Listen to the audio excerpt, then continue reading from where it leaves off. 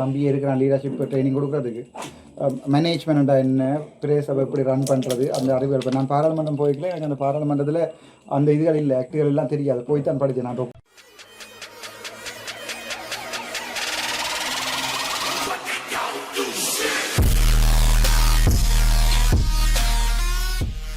இறந்து கொடுத்து இந்த லோ ஆக்டிகள் எடுத்து வாசிக்கிறேன்டா அப்போ நாங்கள் அதுகளை அந்த மீட்டிங்களை வச்சு எங்கள் ஆக்களுக்கு தலைமத்துவ பயிற்சியில் எடுத்து எங்களோட கட்சியில் நிற்கிற ஆக்கள் தலைமத்துவ பயிற்சியில் எடுத்து ஒரு நாள் காட்டுக்குள்ளே போயிருந்துட்டு வருவோம் அப்போ தான் தெரியும் எங்கள் ஆக்கள் வருஷக்கணக்காக காட்டுக்குள்ளே போயிருந்ததுக்கு இவ்வளோ கஷ்டப்பட்டவங்க தனி காட்டுக்குள்ளே தண்ணி இல்லாமல் கொண்டு எங்கள் ஆக்களை விடுவோம் ஒரு நாளைக்கு அப்போ தான் தலைமத்துவம் பெறும் சரிதான் நாங்கள் மோட்டிவேஷனாக இருக்கும் நாங்கள் அதுக்குரிய வேலையில் தொடர்ந்து செய்வோம் நாங்கள் அரசியல் கட்சியை தாண்டி நாங்கள் எங்களோட இனத்தின் விடுதலைக்கு அப்போ நாங்கள் ஒரு போராட்ட இயக்கம் மக்கள் இயக்க முன்னணி என்று தான் வச்சிருக்கு பேர் மக்கள் இயக்க முன்னணி என்று தான் வச்சிருக்கு இயக்கத்தை வாழ்க்கையில் நாங்கள் மறக்க மாட்டோம் சரிதான் அது எங்கள்ட உயிரும் உடலும் அவங்க தான் நாங்கள் ஒரு வடிவாக பிளான் பண்ணி செய்வோம் இந்த எலெக்ஷனுக்குரிய பிளானை இப்படியே செய்வோம் நான் வருவேன் நான் வந்து உங்களுக்கு ஓட்டு எடுத்து தருவேன்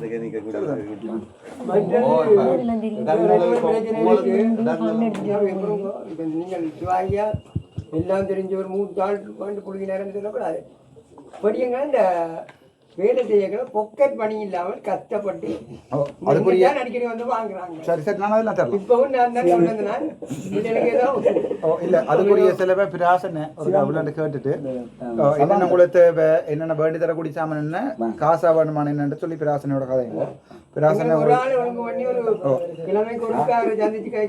பிராசனையோட கதைங்க பிராசனை எனக்கு சொல்லுங்க நீங்கள் ஒவ்வொரு எல்லார்ட்டை நீங்கள் கேட்டுட்டு நீங்கள் எனக்கு சொன்னீங்கன்னா சரி நாங்கள் அதில் நாங்கள் தரலாம் ஐயா அது நாங்கள் சார் இவர் வந்து ஒரு வர்த்தகர் ஒருத்தர் சபாரத்தின வாங்க ஐயா வாங்க வாங்க செய்தர் அப்போ நாங்கள் இந்த மாதிரியும் உங்களுக்கு சில கரங்களை பலப்படுத்துறதுக்கான ஏற்பாடுகளையும் நாங்கள் இந்த பகுதியில் வாங்க இவர் வந்து ஒரு பழைய அரசியல்வாதியும் இவருடைய நண்பர்கள் நிறைய பேர் இன்றைக்கு முன்னாள் நாடாளுமன்ற உறுப்பினராக கூட டக்ளஸ் ஐயா அவர்கள் இவருடைய நண்பர் இவருடைய வீட்டில் கூட நாங்கள் கடந்த நாடாளுமன்றத்துக்கு ஒரு இது கூட நடத்தினோம் நாங்கள் அப்போது அப்படிப்பட்ட ஒரு நபர் அவரும் இன்றைக்கு வந்து ஏதோ தெரியல நான் சொன்னேன் ஐயா இப்படி டாக்டர் வராங்க கூட இது டாக்டர் வந்தாருன்னா கணக்க பாதை எல்லா பாதையும் இணைஞ்சுதான் மெயின் ரோடு பாதை நீங்க மெயின் ரோடுக்கு வர உங்களுக்கு வேற விருப்பம் வேண்டாம் தாராளமா வரலாம் நாங்கள் மெயின் ரோட்ல ரெண்டு கையாலே உங்களை உண்மைதான் உண்மைதான் அதுதான் நாங்க பாக்குறோம் எங்களுக்கு ஆறு வந்தாலும் பிரச்சனை இல்லை இதுதான் எங்களுக்கு நன்றி எனக்கு நீங்கள் உங்களோட பிரதேசத்தில் இருந்து தான் ஒரு ஆளை விட்டுருக்கேன் நீங்கள் இவருக்கு ஹெல்ப் பண்ணுங்க அவர் பெரிய சபையில் அதான் பூனெல்லாம் சொன்னேன் பெரிய சபையில் இருந்த அப்புறம் ரோட்டு போடணும்னா அவருக்கு அடிய போடணும் அவர் உங்களோட பயத்தில் முழு ரோட்டும் இருக்கிற காசு எடுத்து போடுவோம் உங்களோட பயத்தில் சரி அவர் 2 பேரும் சேர்ந்து இந்த துணுக்கா ஏரியாவில் ஒரு காலம் போய்க்கல காப்பேட் ரோடு இல்லாமல் ரோட்டே இருக்கக்கூடாது அப்படி நீங்கள் தான் உங்களோட பிரதேசத்துக்காண்டி உழைக்கணும் இது பிரதேச சபை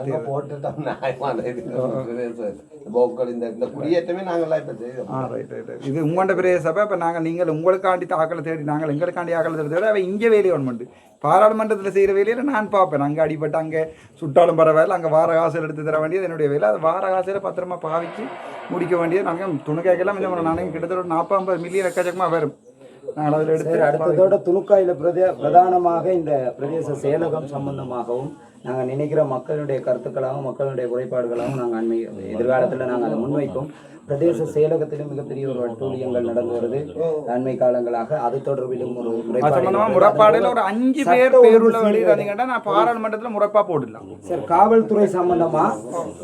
காவல்துறை சம்பந்தமா ஒரு சிறப்பான வாக்கெடுப்பு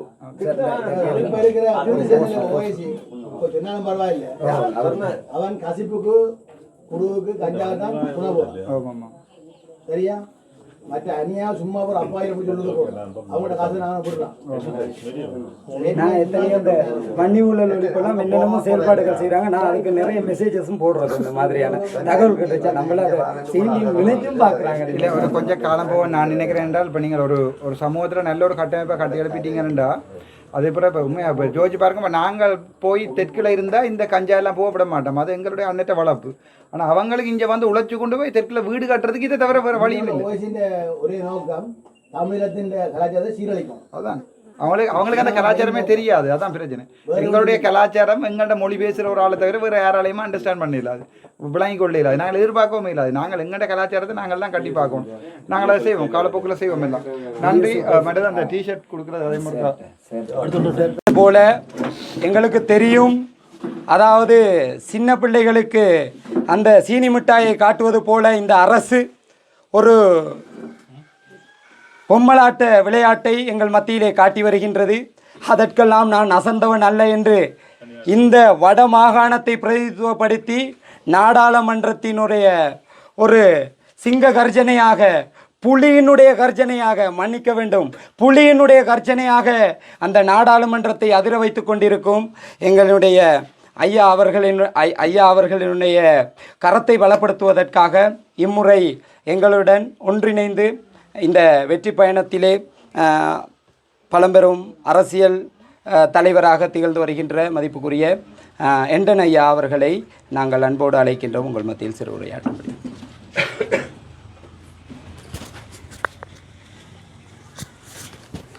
எங்களுக்கு மதிப்புக்குரிய எங்களோட விடிவெள்ளி என்று சொல்கிற வன்னி மாவட்டத்திலே புதுசாக உருவாக்கப்பட்ட ஒரு விடிவெள்ளி எங்களுக்கு வந்திருந்திருக்கு.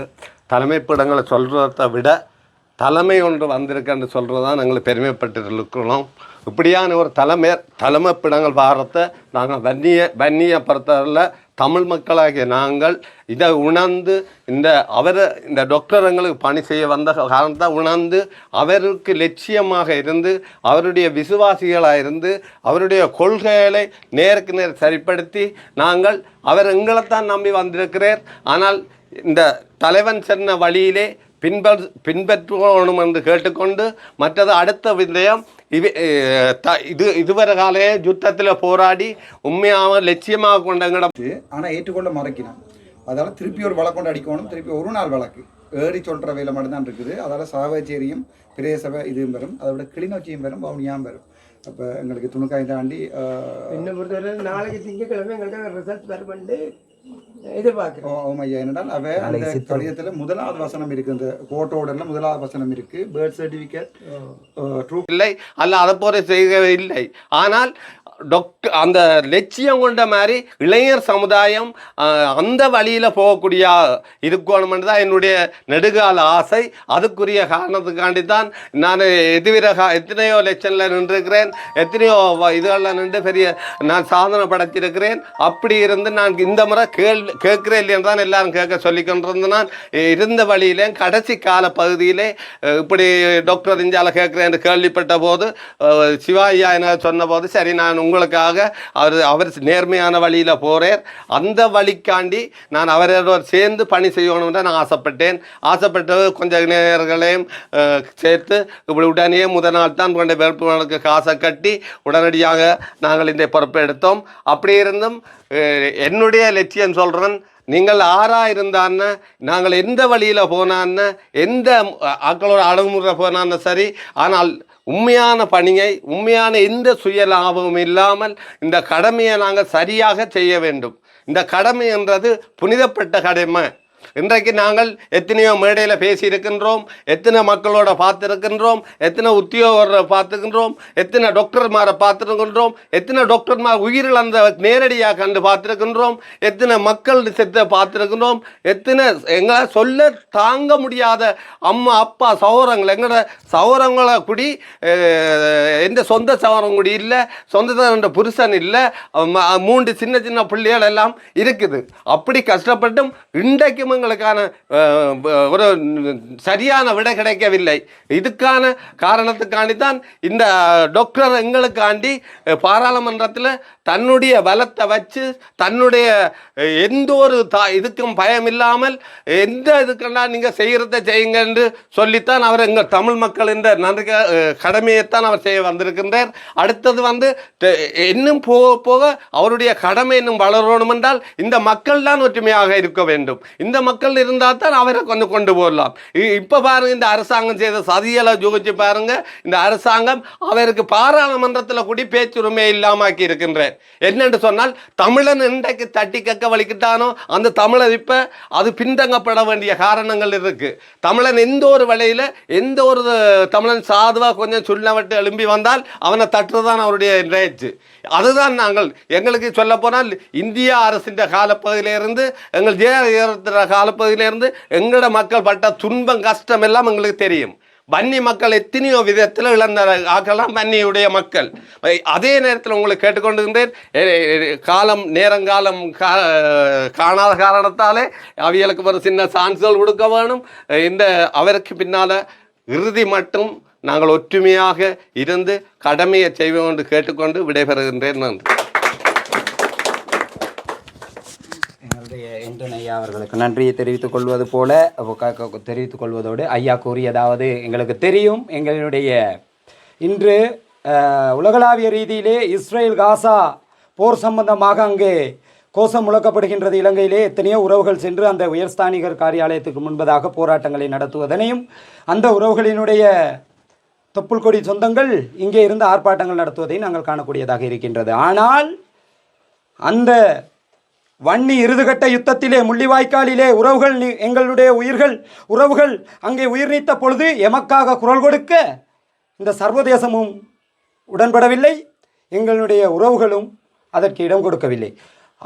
அப்பேற்பட்ட ஒரு மிகப்பெரிய ஒரு அழுத்தத்துக்கும் ஒரு தாக்கத்துக்கும் உள்ளான சமுதாயத்திலே இருந்து இந்த வடமாகாணத்தை பிரதிநிதித்துவப்படுத்தி எங்களினுடைய குரலாக இன்று நாடாளுமன்றத்திலே அனைவரையும் அங்கே ஆட்டி படைத்து கொண்டிருக்கும், அங்கே அவருடைய குரலை ஒளிப்பதிவு செய்வதோ வெளியில் காட்டுவதற்கோ தான் அங்கே தடை செய்திருக்கிறார்கள். அவருடைய உணர்வையோ அவருடைய அந்த தேசிய பற்றையோ அளிப்பதற்கு அல்ல. அவர்கள் மீண்டும் அந்த மரத்திற்கு பசலையிட்டு அதனை விருட்சமாக மிகப்பெரிய ஒரு விருட்சமாக வளர்த்து விட்டார்கள். அவர்கள் செய்கின்ற ஒவ்வொரு முட்டுக்கட்டைகளும் எங்களுடைய தலைவனுக்காக ஒரு உந்து சக்தியாகத்தான் அமைகின்றது. அது அத்தனையும் அந்த ஆலமரத்துக்கு விழுதுகள் போல அந்த ஆலமரத்தை தாங்கி நிற்கின்றது. நாங்களும் அந்த மரத்தினுடைய ஒரு விழுதுகளாக இருப்போம் என கூறிக்கொண்டு மதிப்போடு ஐயா அவர்களை எங்கள் முன் உரையாற்றும்படி அழைக்கின்றோம். நன்றி. வணக்கம். நான் உங்களோட பாராளுமன்ற உறுப்பினர் ராமநாதன் அர்ச்சுனா. உண்மையாகவே இப்படிய பொதுமக்களுக்கு முன்னால் ஒன்று ரெண்டு வார்த்தைகளை சொல்ல கிடைக்கிறது. நான் உங்களோட பேசிக்கொண்டிருக்கிற யார் என்றால் எங்களுடைய கூர யுத்தத்தை கண்ணால் பார்த்து எங்களோட வரலாற்றின் சாட்சிகளோடு தான் நான் கேட்டு கொண்டிருக்கிறேன். இப்போ சில பேருக்கு தெரியாது, முக்கியமாக கௌசல்யா எடுத்து பொறுத்த வரைக்கும் அந்த கஷ்டங்களில் இருக்கையில். ஆனால் எங்களில் பெரும்பாலானாக்களுக்கு நாங்கள் பட்ட இன்பங்கள் துன்பங்கள் தெரியாது. நாங்கள் அந்த அவ்வளவு துன்பத்துக்குள்ளேயும் ஒரு பானும் ஒரு வாழைப்பழமும் இருந்தாலும் அதையே இன்பமாக கொண்டு வாழ்ந்த சமூகம் தான் நாங்கள். சில நேரங்களில் பாராளுமன்றத்தில் நான் கதை கேட்கல, எல்லாரும் கேட்பினும் இவ்வளோ உணர்ச்சி வசப்பட்டு கதைக்கிறீங்கன்னு நான் என்னுடைய சகோதரங்களையும் என்னுடைய அப்பா அம்மா நாங்கள் 93 94ஆம் ஆண்டு பங்கர் வெட்டின வரலாறுகளையும் பெனங்குத்தியில் அடிக்கின வரலாறுகளையும் அதுக்கு பிறகு இந்த சங்க கடைகளில் லைனில் நின்ற வரலாறுகளையும் 5 ரூபா 10 ரூபா நேரம் இந்த சங்க கடை மான்றதே வித்தியாசமாக தெரியும். 2 புழு இருக்கும் கட்டை. அப்படியான வரலாறையும் கண்டு தான் நாங்கள் இந்த 2009ஐயும் தாண்டி 2025 வந்து நிற்கிறோம். எனக்கு இந்த உள்ளூராட்சி சபை தேர்தலில் நீங்கள் தார இந்த ஆதரவுன்றது எனக்குரிய ஆதரவு இல்லை, உங்களுக்கு நீங்களே கொடுத்துக்கொள்கிற ஆதரவு. ஏனென்றால் இந்த உள்ளூராட்சி சபை தேர்தல் எங்களோட கைக்குள்ளே வருமாக இருந்தால் உள்ளூராட்சியில் அபிவிருத்தி செய்ய வேண்டிய எல்லாமே அபிவிருத்தி செய்யலாம். நான் இதை தான் முதல் துணுக்காய் இதுலேயும் சொன்னேன், நான் பூனேரியிலையும் சொன்னேன். நான் ஏனென்றால் அதுக்கு பிறகு நாங்கள் இந்த காசுகளை கொண்டே பேங்குகளில் டிபாசிட்டில் போட்டு வைக்காமல் பிரதேச சபை உங்களோட கையில் வெறுமையாக இருந்திருந்தால் அந்த அதில் இருக்கிற முழு காசையும் செலவழிக்குவோம். ஒன்றும் இல்லாமல் முழுக்க கொண்டு போய் முழு சின்ன சின்ன ரோட்டு எல்லாத்தையும் காப்பீட் போடணும். இப்போ தெற்கில் போய் பார்த்தீங்கன்னா ஒவ்வொரு சின்ன சின்ன ஒழுங்குகளும் எல்லாம் காப்பீட். ஆனால் இங்கே மெயின் ரோட்டுகள்லேயே எல்லாம் பெரிய பெரிய குளியராக இருக்கும். அப்போ நாங்கள் எங்கண்ட கிராமப்புறங்களை விரிவாக்கம் செய்யணுமென்றால் உள்ளூராட்சி சபையை கைப்பற்றணும். முல்லைத்தீவை பொறுத்த வரைக்கும் 2 இருந்தது, இப்போ 1 ஒரு சின்ன நெகோசியேஷனில் இருக்குது. இப்போ எங்களுடைய துணுக்காய் பிரதேச சபை எங்களுடைய கையில் இருக்க நாங்கள் கட்டாயம் வெல்லுவோம். நீங்கள் அதில் எந்த சந்தேகமும் இல்லை, நாங்கள் கட்டாயம் வெல்லுவோம். நாங்கள் நாங்கள் வெண்டுட்டு அதுக்கு பிறகு மாகாண சபையிலையும் இப்போ நீங்கள் துணுக்காய் பிரதேச சபைக்கு வர காசுகள் அவ்வளோத்தையும் செலவழிச்சிட்டிங்கன்னு சொன்னால் நாங்கள் பாராளுமன்றத்தில் அடிபடலாம். பிரதேச சபையில் காசு இல்லை, இந்த முறை நீங்கள் பிரதேச சபைக்கு ஒதுக்கையில் 2026ஆம் ஆண்டு பட்ஜெட்டில் பிரதேச சபைக்கு இவ்வளோ ஒதுக்கும் கொண்டு அடிபடலாம். இங்கே இருக்கிற காசை அப்படியே பத்திரம் வச்சுக்கொண்டு பொதுசனத்துக்கு கொடுக்காம நாங்கள் கொண்டு பேங்க் டிபாசிட் பண்ணிக்கொண்டு அரசாங்கத்திட்ட அடிப்படை இல்லாத எங்களுடைய பிரதேசங்களை ஒதுக்குறதுக்கு அபிவிருத்தி செய்கிறதுக்கு ஒதுக்குங்க கொண்டு எனக்கு ஒரு நம்பிக்கை இருக்குது. முக்கியமாக சிவாயோட நான் நினைக்கிறேன் 2ஆம் தினம் கதைக்கிறேன். அதை விட அண்டனாவோடையும் கதைச்சினேன், இவரோடையும் கதைச்சினேன். நான் பிராசனாக்களை தான் பொறுப்பாக விட்டுருக்கேன் என்றால் பாராளுமன்றத்தில் ஷோர்ட்டாக சொல்கிறேன் என்றால் பாராளுமன்றத்தில் நான் கதைக்கிறேன் என்றாலே அந்த 159 பேருக்கும் பயம். என்னத்தை கதைக்க போகிறானோ, என்ன இந்த எலெக்ஷனில் தங்களுக்கு என்ன போதோ, எதை கொண்டு வந்து இங்கே வச்சு அடிக்க போகிறானோட பயத்தில் ஒரு வழியுமே இல்லாமல் சுவஸ்திகா அருள்லிங்கம் மட்டும் லோயரை நான் பேசினேன் யாருன்னு உங்களுக்கே தெரியும். ராமநாதபுரத்தில் வேறு ஆளை தான் பேசினேன் நான். அது அங்கேருந்து பொதுமக்களுக்கு எத்தனையோ கடிதம் கம்ப்ளைண்ட் எல்லாம் வந்திருந்தது. அது ஒரு ஆளுக்கு தான் பேசினேன். ஆனால் சுவஸ்திகா அருள்லிங்கம் என்ற லோயரை பேசினான்னு சொல்லி பொய்யா அந்த சுவஸ்திகா அருள்லிங்கம் என்ற வந்து பிரதமருக்கு கடிதம் அனுப்பி பிரதமர் அதை பிமல் ரத்நாயக்கு பொய்யா கொடுத்து பிமல் ரத்நாயக்கு அதை ஃபோனை பார்த்து கொண்டு பாராளுமன்ற சபாநாயகர்கிட்ட சொல்லியிருக்கிறார். ராமநாதன் அர்ச்சனான்றவர் வந்து ஒரு பெண் சட்டத்தரணியை நோக்கி பாலியல் வார்த்தைகளை பாவிச்சிருக்கிறாருன்னா அப்படியே சிங்களத்தில் சொல்லியிருக்கிறார். கன்சாட்டுக்கு இவத்கரிமை புழுவாங்க வச்சனடிக்க பாவிச்சுக்கலாம், செக்ஷுவலி அசோல்ட் கராக்கியலாம். அது அப்படி என்ற ஒன்றையுமே அங்கே பாவிக்கலாம். அங்கே ஒரு வசனம் கூட இல்லை. எந்த ஒவ்வொரு வசனமும் நீங்கள் பார்க்குற நீங்கள் அருளிங்கனும் இல்லை. அப்போ அது வந்து என்னென்றால் பாராளுமன்ற நீதிமன்றம் மாதிரி பாராளுமன்றத்தில் நாங்கள் விடுற பிள்ளைகள் ஒரு பொய் சொன்னால், உதாரணத்துக்கு இப்போ எங்களுக்கு 500 மில்லியன் தந்த நேரத்தில் 400 மில்லியன் பொய் சொன்னால் அது வந்து 7 வருட சிறை தண்டனை. இவ்வளோலாம் யாருக்குமே தெரியாது. மேக்ஸிமம் 7 வருஷம் சிறை தண்டனை போகலாம்.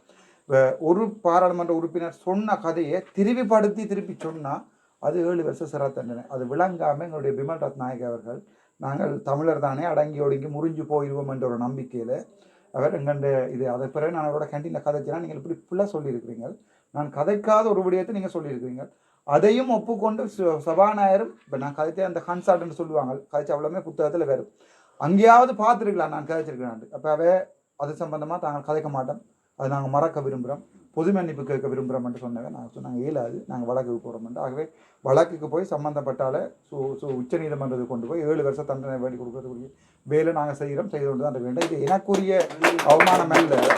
இது நாங்கள் இப்படி அடக்க அடுங்கி போனோம்னு சொன்னால் வாழ்க்கையில் அதுக்கு பிறகு எங்களோட பிரேச சேலங்களில் தமிழ் ஃபோமே இருக்காது.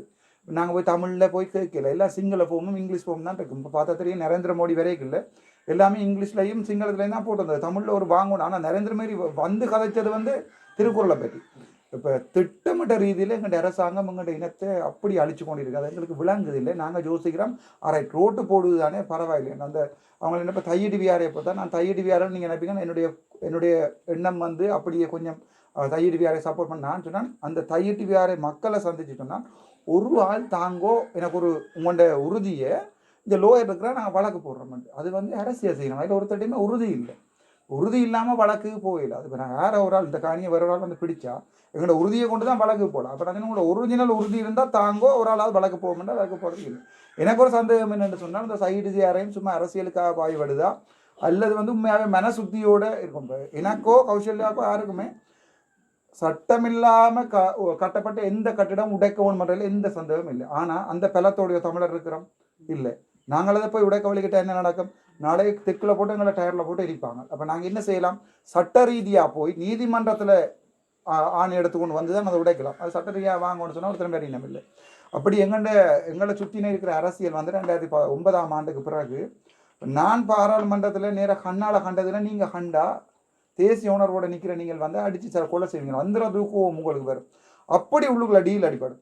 உங்களுக்கு எங்களுடைய தமிழ் பாராளுமன்ற உறுப்பினர் அப்படி போய் மற்ற அமைச்சர் மேலே சந்தி எனக்கு ஒரு அந்த பஸ் ரூட் ஒருக்கா எடுத்துட மாட்டீங்களா, எனக்கு ஒரு அந்த இது ஒருக்கா செய்ய மாட்டீங்களா, இந்த ஜிஏ ஒருக்கா மாற்றி விட மாட்டீங்களா அப்படின்னு சொல்லி அப்படி உள்ளுக்குள்ளே தனிப்பட்ட லாபங்களுக்கான தான் நாங்கள் பாராளுமன்றத்தில் இப்போ போய் இருக்கிற ஒழிய யாருமே பொதுமக்கள் ரைட் இப்போ துணுக்காயில் இருக்கிற ஒரு குழந்தை பிள்ளைன்ற இன்னொரு 20 வருஷத்துக்கு பிறகு எதிர்காலம் என்னென்று யாரும் யோசிக்கிறீர்கள். இவங்களை பொறுத்த வரைக்கும் தங்களோட குடும்பம் தங்களுக்கு ஒரு பூச்சிட்டி கட்டணும், தங்களுக்கு ஒரு பெட்டோ செட்டோ கட்டணும் பண்ணுறான்னு வரலாறு இருக்குது. என்னை பொறுத்த வரைக்கும் நான் இருக்கிற காலம் இவ்வளோ ஆழம்னு எனக்கு சொல்ல தெரியும். ஆனால் இருக்கிற காலத்தில் இப்படி ஒருத்தன் இருந்தான்னு தான் வரலாறு இருக்கும் தலைவர் மாதிரி. ஆனால் இவன் இப்படி துரோகம் செய்துட்டு போனான்னு ஒரு வரலாறும் இருக்காது வாழ்க்கையில். எனக்கு சந்தோஷம். அது என்னோட இனம் வந்து இவ்வளவு கவலை. நாங்கள் இப்போ கூட ரஹூப் ஹக்கீம்ன்ற ஒரு இதோண்ட ஒரு இந்த ஊழல் ஒழிப்பாணி வன்னி என்று எழுதி இருக்குது. ஒரு பெரிய ஒரு நல்ல தலைவர் உண்டு. எங்களுடைய தேசிய போராட்டத்தை 2002ஆம் ஆண்டு சமாதானத்துக்கு போன அப்புறம் சிவாஜியாக தெரியும். 2006ஆம் ஆண்டு மாவிலாறு பூட்டப்படும் வரைக்கும் அந்த 4 வருடங்களில் நாங்கள் சமாதானத்தை நினச்சி கொண்டு சந்தோஷமாக இருக்க திட்டமிட்ட ரீதியில் அரசாங்கம் வந்து உள்ள போர் தளபாடங்கள் எல்லாம் ரக்கி கருணாவை உடைச்சு கொண்டு போகிறதுக்கு உதவி செய்தது இந்த இனத்தரப்புன்றது உங்களுக்கு நல்லாவே தெரியும். ஆனால் எங்களுக்கு அது விளங்குறது என்னடா பழைய வரலாறு தெரியாது, தெரிஞ்சாக்களுடைய காலமும் முடிஞ்சுட்டு போகுது. இனிவார இளஞ்சந்ததியினருக்கு அது தெரியுமான்னு கேட்டாலும் தெரியாது. நாங்கள் செல்லண்டா என்னென்னு கேட்குற நிலைமைக்கு வந்திருக்கிறோம், பீஸ் அண்டா என்னென்னு கிளைமோர் அண்டா என்னென்னு கேட்குற நிலைமைக்கு வந்திருக்கோம். எங்கள்ட அந்த ஜென்ரேஷன் போய் அடுத்த ஜென்ரேஷனுக்கு வந்து இவங்க திட்டமிட்ட ரீதியில் கஞ்சா அது இதண்டு எல்லா இடமே விட்டுட்டாங்க. இப்போ ஜோதிச்சு பாருங்க, நாங்கள் தெற்க பிடிச்சிருந்தா தேசிய தலைவர் தெற்க பிடிச்சிருந்தா கஞ்சா பூ எல்லாம் விட்டுருக்க மாட்டார் வாழ்க்கையில், தெற்கும் தமிழில் மாதிரியே இருந்திருக்கும். ஆனால் நாங்கள் இவங்கள் எங்கள்ட தமிழத்தை பிடிச்சி அப்படியே ஒரு திட்டமிட்ட ரீதியில் இன கலாச்சாரம் எல்லாத்தையுமே இல்லாமல் போகிறாங்க. நான் என்னுடைய குரல் கடைசி நாள் பாராளுமன்றத்தில் ஒலிக்கும் வரைக்கும் என்னுடைய குரல் மாறாது. அது நான் என்னுடைய அம்மாவுக்கும் அப்பாவுக்கும் தர உறுதியாது. ஏனென்றால் இந்த அப்பாவும் ஜெர்மனில் இருந்தவர், நினச்சிருந்தா பெரிய ஹோட்டல் டிவோலி என்று 400 பெட் உள்ள ஒரு ஹோட்டல் மேனேஜர், நினச்சிருந்தா அங்கேயே இருந்திருக்கலாம். 89ஆம் ஆண்டு வந்து எங்களுடைய எல்லா சொத்துக்கள் எல்லாத்தையும் விட்டு போட்டேன். ஸ்ரீதர் தியேட்டர் எங்களுடைய சொத்து எல்லாத்தையும் விட்டு போட்டு அப்பா போய்க்கலாம். நாங்கள் 90, 95, 97 இடம் பேர் எங்கள் அம்மாட்ட கேட்குறோம், ஏன் அப்பா வந்து இங்கே போகிறேன், நாங்கள் ஜெர்மனியில் போய் இருந்திருக்கலாம் தானே. அப்பா எங்கள்கிட்ட கூப்பிட்டு சொல்லுவார், என்ற இனம், என்னுடைய மொழி, என்னுடைய நிலம், இந்த உணர்வு நீ எந்த நாட்டில் போயிருந்தாலும் வராது. நீ எந்த நாட்டில் போயிருந்தாலும் உன்னுடைய சிந்தனை முழுக்க உன்னுடைய நாட்டை பற்றி தான் இருக்கும். நீ உன்னுடைய நாட்டில் என்ன நடக்குது. இப்போ பாருங்க, இந்த விழா வீடியோவையும் யார் கூட பார்க்குறேன்னு சொன்னாலும் என்னோட புலம்பெயரில் இருக்கிற தமிழர் என்றால் எங்களுடைய இங்கே இருக்கிற சனத்துக்கு ஏதாவது நல்லது நடக்காதா, இங்கே இருக்கிறதுக்கு ஒரு விடிவு பிறக்காதா. 2009 வந்து நாங்கள் கொத்தா அப்படி எவ்வளோ வீடியோ இருக்குது, என்ன கண்ணை கட்டி போட்டு பிடரியில் சுடுற வீடியோக்கள் எல்லாமே இருக்குது. அது ஒரு பெரிய ஒரு போர் குற்றமீறல். இந்த வரைக்கும் யாருக்குமே குற்றம் சொல்லலை. இதே பாருங்க, பட்டலாந்து படுகொலை என்று சொல்லி போட்டு நேற்று பாராளுமன்றத்தில் ஐயாவுக்கு தெரியும், அதுக்கு ஒரு சிறப்பு விவாதம் நடக்குது. அதில் நான் கதைச்ச கதை வெளியால் வரேன். நான் எழும்பி கதைச்ச கதை என்னென்றால், இதே பட்டலாந்தில் உங்களுக்கு 40,000 போகிறதுக்கு நீங்கள் ஒரு பெரிய விவாதங்கள் கொண்டு வந்து நியாயம் கேட்க வலிக்கிறீங்க. 4 லட்சம் ஜனம், 3 லட்சம் ஜனம் உங்கள் சாப்பிடு, 44,000 போராளிகள் செத்துது. அப்போ நீங்களே நியாயம் கொண்டு வரீங்களா? எத்தனை பேரை கொண்டு பூசாக்கள் அங்கே இங்கே கண்ணெல்லாம் தோண்டி. என்னுடைய போராட்ட வீரன் ஒருத்தன் சிறையில் இருந்து சொல்கிறான், கடைசி ஆசை என்னென்ன, என்ற கண்ணை யாராவர்களுக்கு தானமாக கூட அந்த கண்ணால் தமிழில் மலர்றதை பார்க்கணுமென்று சொன்னவன்ட கண்ணை சிறையில் போத்திலோடுகளால் குத்தி கண்ணை உயிரோட தோண்டி எடுக்கிறாங்க. அந்த வரலாறுலாம் நாங்கள் மறந்துட்டோம். எங்களுக்கு அந்த வரலாறுலாம் தெரியாது. எங்களுக்கு தெரிஞ்சவங்களுக்கு இப்போ டிக்டாக், யூடியூப், ஃபேஸ்புக், அப்படி இல்லாட்டி இந்த 4-5 கஞ்சா அதுகள் தான் எங்களுக்கு தெரியுமா ஒழிய, ஒருத்தன் அந்த சிறையில் சாக போகிறோன்னு தெரிஞ்சும் தமிழத்தை இந்த கண் பார்க்கணுமென்று சொன்னால் அவனுக்கு எப்படி துணிவு இருந்திருக்குன்னு ஜோதிச்சு பாருங்க. அப்போ அதெல்லாம் ஜோதிச்சு பார்க்க வச்சுவான்னு பாராளுமன்றத்தில் கதைக்கிறதுலாம் துணிவே தேவையில்லை. நாளைக்கு சாக போகிறோம்னு தெரிஞ்சும் என்ற கண்ணை நீ வேணுமெண்டா இன்னொருத்தனுக்கு தானமாக கொடு, என்ன கொலை செய், என்ன வெட்டு, பிரச்சனை இல்லை. ஆனால் இந்த கண்ணை தானமாக கொடு. என்னடா இன்னொருத்தன் கண்ணுக்கு இல்லாத நான் என்னுடைய தமிழெல்லாம் மலர்றதை பார்க்கணும்னு சொன்ன போராட்ட வீரர் தான் நாங்கள். வீர சிங்களவர்ன்ற ஒரு வரலாறு இல்லை, வீர முஸ்லீம் ஒன்று வரலாறு இல்லை, வீர பரங்கியன் தமிழன் அதான் நான் பாராட்டு. நாங்கள் தமிழன், நாங்கள் இன்றைக்கு நேற்றைக்கு இல்லை, தென்னிந்தியாவில் இருந்தாலும் சரி, இங்கே நான் சரி, எங்களுடைய வீர வரலாறுன்ற மறக்காது. இதுவரை காலம் இந்த 2009க்கு பிறகு 15 வருஷம் எங்களுடைய அரசியல்வாதிகள் எங்களை வந்து ஒரு மானங்கட்ட இனமாகவே மாற்றிட்டாங்க. மானங்கட்ட இனம், பிச்சை எடுக்கிற இனமாகவே மாற்றிட்டாங்க. நான் முதல் நாள் பாராளுமன்றத்தில் வந்து இவருடைய ஸ்பீச்சை பார்த்துட்டு சந்தோஷப்பட்டேன். நான் ஜனாதிபதிக்கு எங்களுடைய லைப்ரரிக்கு 100 மில்லியன் வந்திருக்கார் அப்பாடாண்டு. பிறகு பார்த்தா 34,000 மில்லியன் கொடுத்து கிடக்குது தெற்குக்கு. எங்களுக்கு தந்தது 100. அது நீங்கள் 100 × 34,000 இன்று 100% பிரித்தா 0.000 தான் பெறும். பிச்சையிலும் பிச்சை. இந்தியா எங்களுடைய தமிழ் உறவு கோடி. இந்தியா கொடுக்கும் பில்லியன், அதில் இவர் எங்களுக்கு தெரிவார் 100 மில்லியன். பில்லியன்ற 1000 மில்லியன் தான் ஒரு பில்லியன். அப்போ இவ்வளோ இத்தனையோ கோடியாக தர அதில் 100% கொடுத்துட்டு அதை வேற பெருமையாக வேற பேசுகிறேன்றால் அதை கேட்குறதுக்கு எங்களோட தமிழன் கேவலமானவன் இல்லை. உங்களுக்கு தெரியும், ஜனாதிபதியோட ஸ்பீச் நடக்கல, என்னுடைய கதிரையில் எங்களுடைய தமிழ் பாராளுமன்ற உறுப்பினர், மட்டக்களப்பை சேர்ந்த பாராளுமன்ற உறுப்பினர் போய் இருந்துட்டார். நான் அதை கணக்கு எடுக்கல, நான் போய் பின்னால் இருந்துட்டேன். ஹிஸ்புல்லா அமைச்சர்கிட்ட, ஹிஸ்புல்லா எம்பின்ற சீட்டில் இப்போ எங்களோட தமிழர்கள் இருந்து தெரியாமல் இருந்து நம்மளே வச்சுக்கொள்வோம். என்னுடைய பேர் போட் எழுதி இருக்கும். இப்போ நான் பாராளுமன்றத்தில் சஜித் கதிரையால் இருக்கேன், ஒரு போட்டும் இருக்கல. நான் பார்த்தேன் வெப்சைட்டில் ஏதாவது போட்டிருக்காண்டு வெப்சைட்டில் எந்த கதிரையில் யாரும் இருக்கலாம் கல்லியை சொல்லுவோம் சார், எந்த கதிரையில் யாரும் இருக்கலாம்னு இருந்தது. ஆனால் அண்டு போய் அந்த என்னுடைய ராமநாதன் அர்ச்சுனாண்ட அந்த நேம் போட்டு அடிச்சிருக்கிற எடுத்து பின்னுக்கு வச்சுட்டு எங்களுடைய தமிழ் பாராளுமன்ற உறுப்பினர் இருந்தவர் நாங்கள் கணக்கு எடுக்கல. ஜனாதிபதிக்கு அது எனக்கு பிரச்சனை இல்லை. எங்களுடைய ஜனாதிபதி என்னோட கேட்கல. இப்போ ஜனாதிபதினா தமிழ் உறவுகள் வந்து வடக்கு கிழக்குக்கு எதுவுமே செய்யாது, சும்மா பூச்சாண்டி காட்டுறது ஒழிய தமிழர்கிட்ட காசு இல்லைன்னு சொன்னார். அப்போ நான் சொன்னேன், நீங்கள் இதே 2022ஆம் ஆண்டு எங்களுடைய நாட்டில் சோறு சாப்பாடு தண்ணி இல்லை போய் சனமெல்லாம் லைனில் நிற்கல. நீங்கள் என்ன கேட்டீங்க தெரியுமா? தமிழ் ஜனம் முழுக்க நல்லூர் திருவிழாக்கு வாங்க, அப்போ தான் காசு வேறுமண்டு. அந்த இடத்துக்கு தான் நீங்கள் வருத்தம் வந்தால் தான் கேட்பீங்க. எங்களை பொறுத்த வரைக்கும் நாங்கள் 12% ஒரு சின்ன குளிசை, ஆனால் அந்த குளிசையை குடித்தா தான் மருந்து மாறுமெண்டு அப்படியே தமிழில் சொன்னேன். பிறகு சொன்னவர் நான் ஒட்டு சுட்டான், எங்களுடைய தமிழில் ஒரு புலம்பெயர் உறவுறவர் தான் ஒட்டு சுட்டானில் ஓட்டு தொழிற்சாலையை திருப்பி எடுக்க போகிறார் என்னோட கதைச்சவர். அப்போ ஜனாதிபதி சொன்னான், கிட்ட போய் கேட்க கரு ஜனாதிபதிமா நீங்கள் இப்படி சொல்கிறீங்க, அப்போ ஒட்டு சுட்டான் ஓட்டு தொழிற்சாலையெல்லாம் யார் செய்கிறது, அப்போ அது தமிழர் இல்லையா என்று கேட்க, இல்லை அது நான் ஸ்பீச்சு கழிச்சது, நீங்கள் வாங்க அப்புறம் யாரெல்லாம் கேட்போம்னா அப்படி எங்கள்ட இப்போ அதோட நான் கேட்டேன்னா எங்களோட பயங்கரவாத தடைச்சட்டத்தை எடுக்க சொல்லி, பயங்கரவாத தடைச்சட்டம் எடுக்க வேணுமென்றது நாங்கள் காலங்காலமாக ஆனந்த சுதாகர்லேருந்து எல்லாருமே ஜெயிலில் இருந்து எதிர்பார்க்குறோம். இப்போ பயங்கரவாதம் இல்லை, நாங்கள் பயங்கரவாதி இல்லையா, நாங்கள் பயங்கரவாதி என்றா இந்த இவ்வளவு 150 பேரும் பயங்கரவாதிகள் விளங்கிச்சா. நாங்கள் வந்து ஒரு நாடு கட்டின ஆக்கள் சரி, நாங்கள் நாடு கட்டினாக்கள். வான்படையிலேருந்து கடற்படையிலேருந்து நீதிமன்றத்திலேருந்து பேங்க்லேருந்து அந்த காலகட்டத்தில் வாழ்ந்தாக்களுக்கு தெரியும் நாங்கள் ஒரு நிழல் அரசாங்கம் இல்லை, நிஜ அரசாங்கமே செய்த இனம் நாங்கள். ஆனால் ஜேபி என்ன செஞ்சது, ஒவ்வொரு வீட்டுக்குள்ளேயும் போய் ஒரு குழந்தை பிள்ளையை வெட்டி ஒவ்வொருத்தருடைய காலை வெட்டி கையை வெட்டினதெல்லாம் இப்போ நிரபராதிகள். ஒரு இனம் தன்னுடைய இனத்தின் விடுதலைக்கு போராடினா பயங்கரவாதியா? என்னுடைய உடலில் இருந்து உயிர் போகும் வரைக்கும் இவை என்ன ஒரு நாள் பாராளுமன்றத்தில் உங்களுக்கு அதில் வீடியோவில் வராது. பாராளுமன்றத்தில் நான் கதைச்ச உடனே டைம் முடிஞ்ச உடனே அங்கே 159 பேரும் எழுப்பி கத்துனாங்க.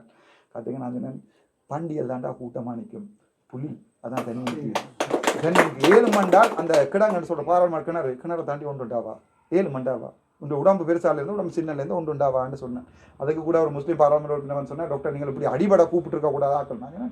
அதுதான் எங்கிட்ட வரலாறடா, நான் வந்து வீர முஸ்லீம் வந்து யாரையும் கூப்பிடுறதும் இல்லை, வீர சிங்களம் வந்து யாரையும் கூப்பிடுறதும் இல்லை, தமிழன் இந்த பேர்லேயே எழுதியிருக்கு வீரமண்டு. ஆகவே நீ 150 பேரும் பாருண்டாலும் அடிக்கிறேன் எனக்கு ஒரு பிரச்சனையும் இல்லை. ஆனால் ஒன்றுண்டாவா, மான மரியாதை இருந்தால் ஒன்றுண்டா செலவா வந்து அப்படியே கேட்டான். 7 மண்டா சிங்களத்தான் சொன்னான், 7 உங்களாட்ட பணத்தீயனுவான கொந்த பணம் அந்த கொந்த முதுகுல ஏதாவது ஒன்று இருக்குன்னா தடவை பார்த்துட்டடா ஒன்றுண்டா வாங்க கதைப்பம் வந்து ஒருத்தருமே வரையில்லை. ஏனென்றால் அப்படி ஒரு வரலாறு நாங்கள் விட்டு வைக்கக்கூடாது. நாங்கள் இனி ஒரு காலத்தில் எங்களோட இளம் சந்ததிக்கு எங்களோட பழைய அன்னைய வரலாறு எல்லாம் மறந்து போயிடும். அண்ணர் அடித்தது, அங்கே அடித்தது, திருத்தி கொண்டே விட்டது, ஐயோ அம்மே என்று இவங்க கத்தி கொண்டு போனது எல்லாமே வரலாறுலாம் மறந்து போயிடும். நாங்கள் அப்படி ஒரு நாளும் செய்யக்கூடாது. எங்களோட வரலாறு அடுத்த சந்ததி கடத்தணும். நான் இருக்கும் வரைக்கும் என் தமிழ் தேசியம் சாகாது. அது நான் 100%